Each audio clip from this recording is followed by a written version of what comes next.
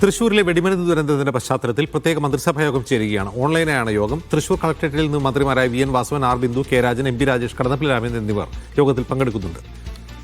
വിജിൻ വായന്തോടിലേക്ക് ആദ്യം. വിജിൻ, എന്താണ് ഈ മന്ത്രിസഭാ യോഗത്തിന് ഉദ്ദേശം?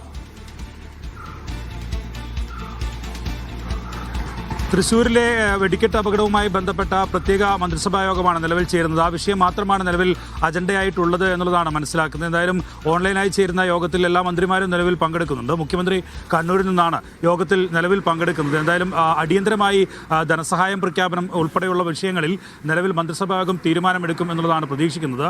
മന്ത്രിമാർ 5ഓളം മന്ത്രിമാർ നിലവിൽ തൃശ്ശൂരിൽ തന്നെ ക്യാമ്പ് ചെയ്ത് തൃശ്ശൂരിൽ നടന്ന വെടിക്കെട്ട് ദുരന്തവുമായി ബന്ധപ്പെട്ട കാര്യങ്ങൾ ഒക്കെ അവലോകനം ചെയ്യുകയും അതിൻ്റെ തുടർ പ്രവർത്തനങ്ങൾക്ക് നടത്തുകയും ഒക്കെ ചെയ്യുന്നുണ്ട്.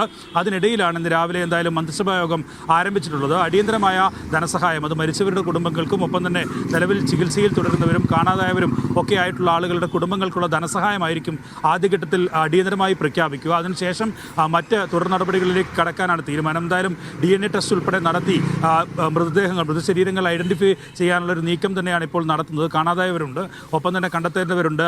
നിലവിൽ ലഭിച്ച ശരീരഭാഗങ്ങൾ ഒക്കെയുണ്ട്. ആ ഭാഗങ്ങൾ ഉൾപ്പെടെ DNA പരിശോധന നടത്തുകയും അതിന് ആവശ്യമായ നേരത്തെ വയനാട് ദുരന്തത്തിലൊക്കെ കണ്ടതിന് സമാനമായ തരത്തിലുള്ള നടപടികൾ സ്വീകരിക്കാനാണ് നിലവിൽ എന്തായാലും മുഖ്യമന്ത്രി നിർദ്ദേശം നൽകിയിട്ടുള്ളത് എന്നുള്ളതാണ് മനസ്സിലാക്കുന്നത്. ചീഫ് സെക്രട്ടറി ഉൾപ്പെടെയുള്ളവർ യോഗത്തിൽ പങ്കെടുക്കുന്നുണ്ട്. ഏതെങ്കിലും തരത്തിൽ മറ്റ് ജില്ലകളിൽ നിന്ന് ഡോക്ടർമാരെയോ മറ്റ് ആരോഗ്യ സംവിധാനങ്ങളൊക്കെയോ എത്തിക്കണമെങ്കിൽ അതും എത്തിക്കാനുള്ള നിർദ്ദേശം നൽകിയിട്ടുണ്ട്. കൺട്രോൾ റൂം ഇന്നലെ തന്നെ തുറന്നു കഴിഞ്ഞിട്ടുണ്ട്. അതുമായി ബന്ധപ്പെട്ട വിലയിരുത്തലുകൾ ഒക്കെ മന്ത്രിസഭാ യോഗത്തിൽ എന്തായാലും നടക്കും. അതിനുശേഷം ഇക്കാര്യത്തിൽ അടിയന്തരമായി നൽകേണ്ട ധനസഹായം പ്രഖ്യാപിക്കുകയായിരിക്കും മന്ത്രിസഭാ യോഗത്തിൽ ചെയ്യുക.